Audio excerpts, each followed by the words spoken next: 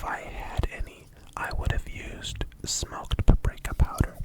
If I had smoked paprika powder, I would have used the smoked paprika powder. Next, I am adding some Italian herbs into the olive oil as well. And next up, I'm going to slice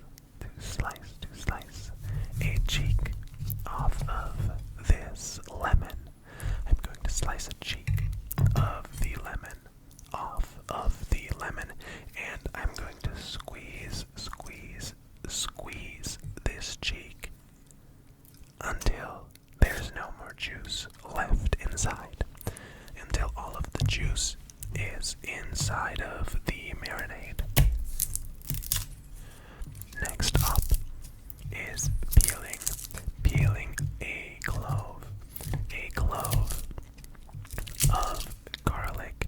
A clove of garlic needs to be peeled in order for me to use my microplane and grate it into the marinade.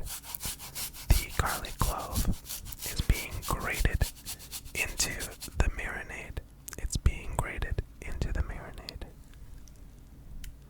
Let me just scoop that in and go and grab a rubber glove with which I can really thoroughly mix this humble marinade. Also, I forgot to add salt, so I'm adding salt now. Adding the salt, and mixing the marinade with my hand. Some soft, squishy sounds. And now putting in six boneless, skinless chicken thighs. Boneless, skinless chicken thighs that I'm giving a thorough mix.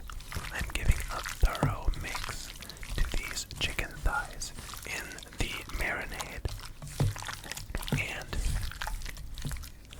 I'm going to put this in the fridge and use it later in the evening, around 5 hours after the start of marination.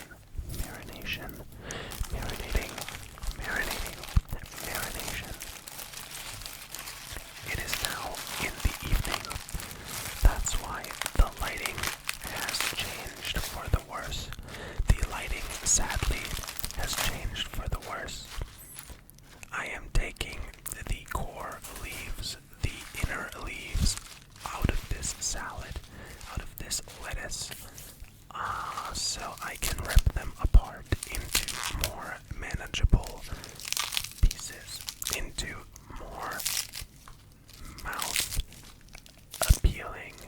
pieces, into pieces that are more appealing to the mouth, and placing that aside in a bowl, placing the lettuce aside in a bowl.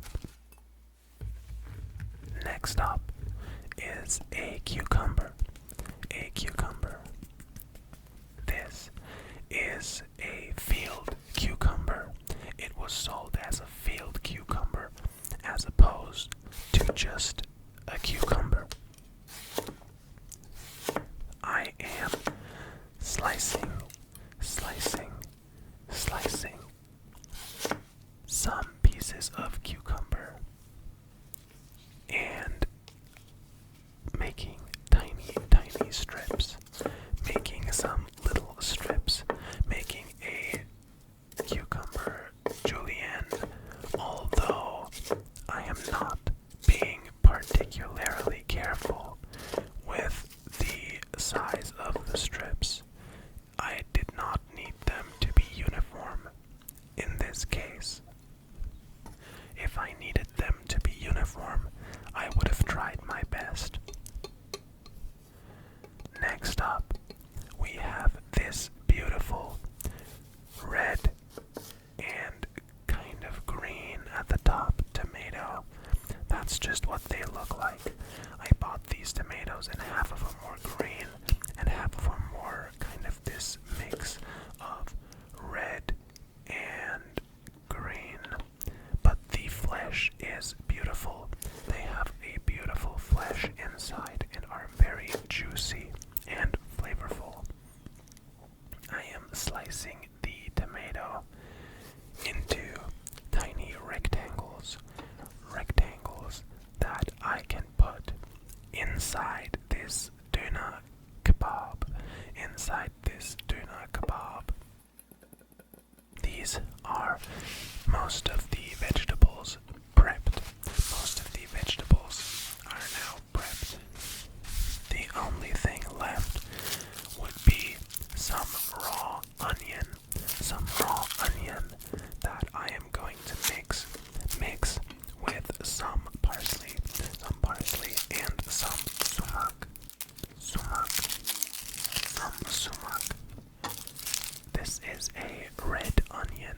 This is a red onion. Because I felt like the color would pop more. The color would pop a bit more inside of this Döner Kebab. Inside of the Döner Kebab, the red onion color would pop more than a white onion would. I also tried out slicing a bit slower,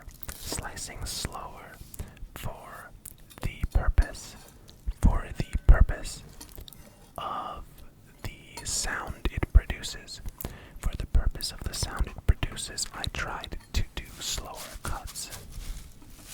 Next up, we have this bunch of parsley. This little bundle of parsley that I am taking the top leaves off of. I'm taking the top leaves and keeping the rest for something else. And we want this parsley to be chopped kind of coarse. You don't need to chop the parsley super fine for this Döner Kebab. Making sure I get every last bit of parsley onto the onion before I can start adding some salt as well as sumac. This is some sumac. If you've never had it, it tastes and smells like vinegar. Also adding some salt and giving that a rough mix to make sure that the sumac and the salt is covering the onion and the parsley. So there's our two vegetable bowls, and we can now get started on the yogurt mayonnaise dressing. Now, I would not be using Koopy mayo for this if I had any other mayonnaise, but sadly I did not. Also, I think that just sounds amazing. The lid of the Greek yogurt just sounds really good when being slowly tapped on.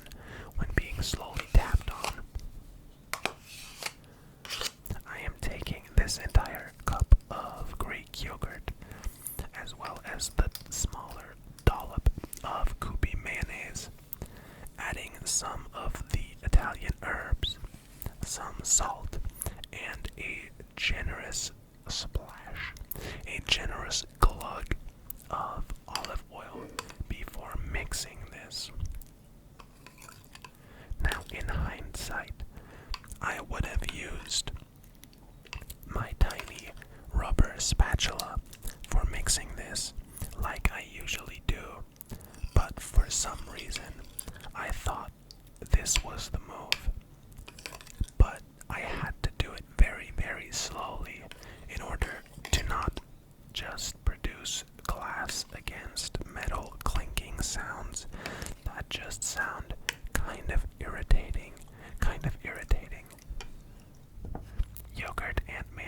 sauce. Tastes really, really good. Tastes really, really, really good. I am now heating some clarified butter. Some clarified butter in a pan. Before adding our marinated chicken. The marinated chicken thighs are being placed inside of this clarified butter. And we're going to cook these until they're cooked through. We don't want any raw chicken in these parts. When cooking chicken, you should always be careful to cook your chicken through. You don't want to have raw chicken, as the chance of salmonella is quite high, especially in comparison to like a raw egg. A raw egg only has a very, very, very, very small chance to give you salmonella, but a raw chicken has a pretty high one in comparison. So you want to make sure that you cook your chicken through. But I guess that's basic knowledge anyways. These chicken thighs are getting some nice color on them now. They're getting some real nice color, so it's about time we take them off the heat. Now this is a store-bought piece of bread that I am slicing open and placing inside of my panini press in order to heat it up to get the bread softer and warm. I am now taking three of our 6 chicken thighs and chopping them up. I'm going to be chopping up these chicken thighs into tiny pieces, that are fit to fit inside of my mouth, that are not overly complicated to eat when placed inside of this sandwich. So I'm slicing them into tiny strips. The chicken thighs are being sliced into tiny strips. I need to be careful with my gloved hand because the chicken is still very, very hot, because I just took it out of the pan.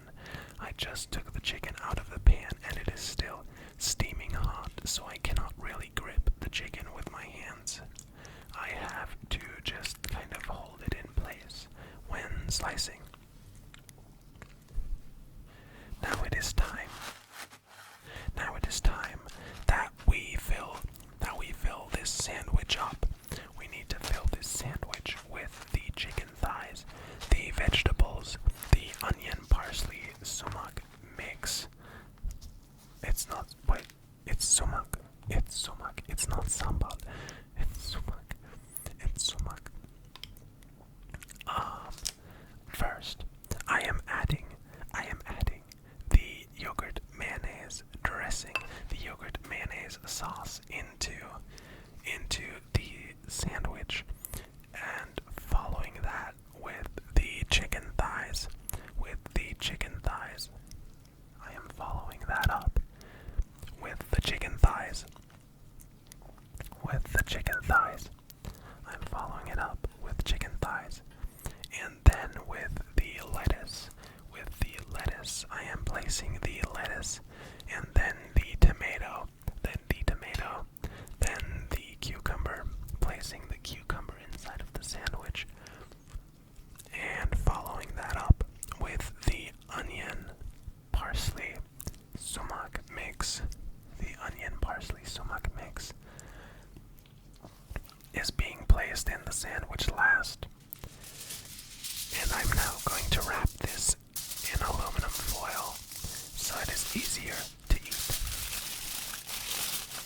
I, later in the evening, made a second one of these sandwiches, and that was my dinner.